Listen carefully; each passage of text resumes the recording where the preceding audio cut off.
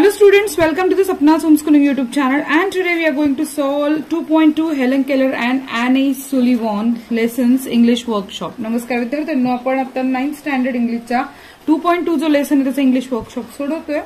मी आहे सपना टीचर, मी पुणे जिल्ह्यातून आहे. आता आपण पहिला क्वेश्चन बघतोय. Say whether the following sentences are true or false. आता हे सेंटेन्सेस बरोबर आहे का चूक हे सांगण्यासाठी तुम्हाला लेसन वाचणं फार गरजेचं आहे.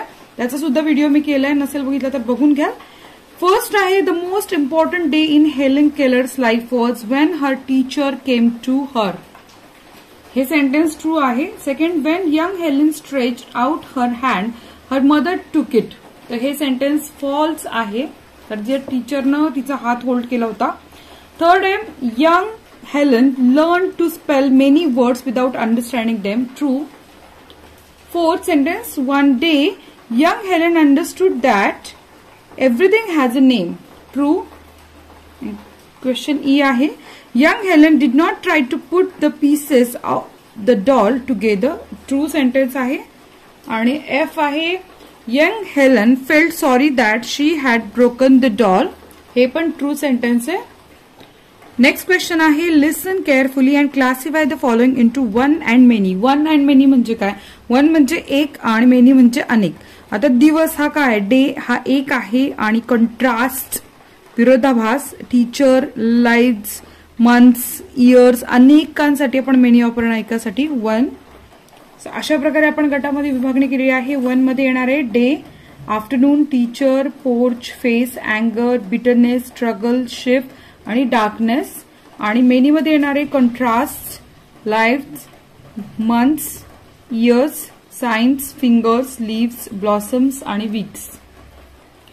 क्वेश्चन नंबर 3 आहे, this narrative is return in the first person using I. Rewrite the following sentences using Helen Keller, young Helen appropriately in place of I and making other necessary changes in the sentence.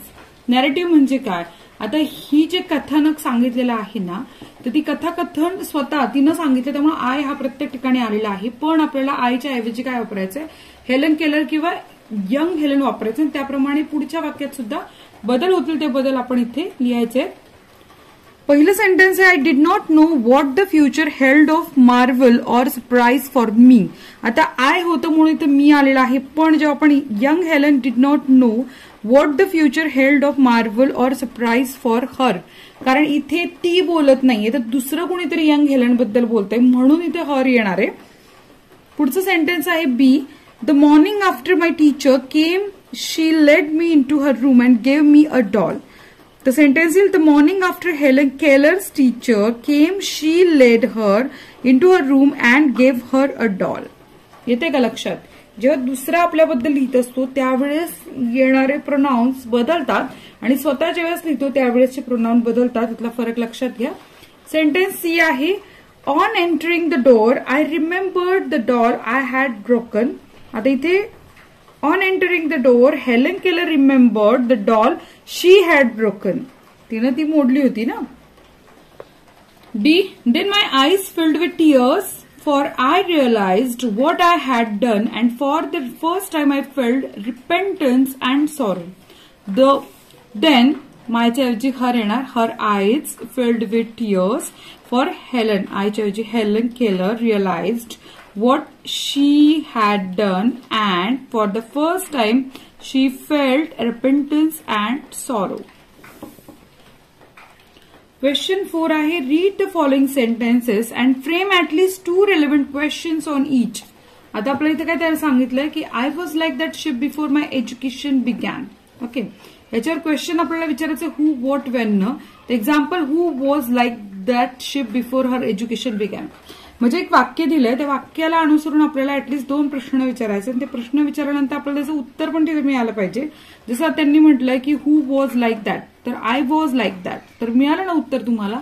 तर वाक्याच्याच मधनं उत्तर आपल्याला मिळेल असा प्रश्न आपण तयार करायचा आहे. ओके, तर आपण खालच्या सेंटेन्सचे प्रश्न तयार करूयात. Question 4, read first, I was like that ship before my education began. आणि पहिलं एक्झाम्पल दिलं होतं who was like that ship before her education began. Second question आपण तयार केलाय, when was she like that ship. When was she like that ship, त्याचं उत्तर येणार आहे की I was like that ship before my education began. Okay, आता next आहे one day I was playing with the new doll. याचे 2 question तयार केलेत. Who was playing with new doll आणि what was she playing with one day. Okay. Third आहे I learned a great many new words that day. याच्यावर question येतील. What was she learn that day आणि second question who learned a great many new words that day. D she brought my hat. Question is who brought her hat. Next, what did she bring? Question is E. We walked down the path to the well house. याच्यावर आधारित question बघा. Who walked down the path to the well house? इथे question mark द्यायचा राहिलाय. Question mark फार necessary आहे. Okay.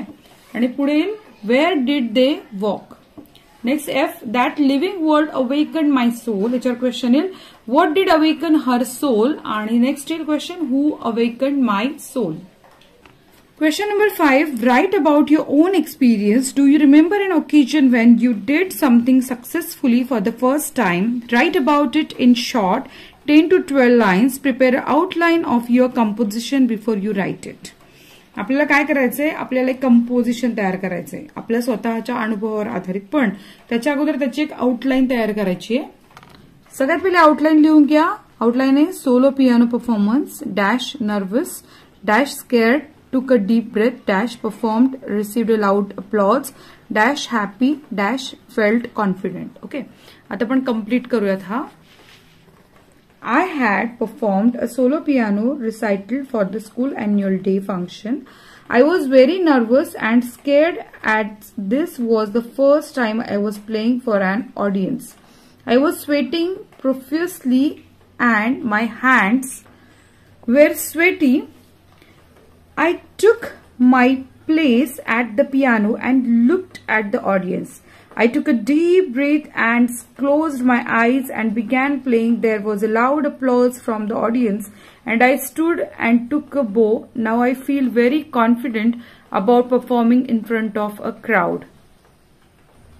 Question number 6 say gather more information about the following. Different types of impairment that limit a person's activity or make it difficult for him or her to mix with others in society, and B. how modern technology can be used to overcome these problems. Answer लिहायचा. Disability is a wide term that refers to not just health issues but also covers impairments and restrictions of participating in society and social activities. It is a complex phenomenon which reflects the interaction between the person's body features and the societal features in which they live. There are different types of impairments which isolate a person from the society due to complexes. A few examples are: first, cognitive disability; second, deafness and loss of hearing; third, invisible disability; 4, vision disability; 5, impairments in mobility; 6, spinal cord injury; 7, psychological disorders. It is important to help persons suffering from these impairments to overcome the difficulties by removing social and environmental barriers. The second point is how modern technology can be used to overcome these problems. त्याचं उत्तर लिहून घ्या. The use of modern technology has helped people with disabilities. Special hearing aids help people with hearing problems. Interactive handheld devices that use voice touch to operate specialized wheelchairs and computer systems are being invented to help the disabled. Question number 7. Complete the following sentences using your own ideas. First sentence, the most important day I remembered in all my life is the one of which I hosted quiz show. Second, I did not know what is in the parcel. Third, one day while I was playing cricket with my friend, suddenly teacher came and scolded. 4, I realized what was my mistake. E, I do not remember what is my friend's address. So dear students, we have finished all the questions answer here. आपण सगळ्या प्रश्नांची उत्तर लिहिली आहेत. Language स्टडीच्या पार्टसाठी वेगळा स्वतंत्र video तयार करेल जो तुम्हाला मी अपलोड करेल. आता आपण सध्या इथेच थांबूया. व्हिडिओ आवडल्यास लाईक करा, चॅनलला सबस्क्राईब करा आणि सपनाच होमस्कूलिंग चॅनल तुम्हाला कमेंट पास करायचे कमेंट करा आणि थँक्स बटन प्रेस करून आमच्या कामाला प्रोत्साहन द्या. धन्यवाद.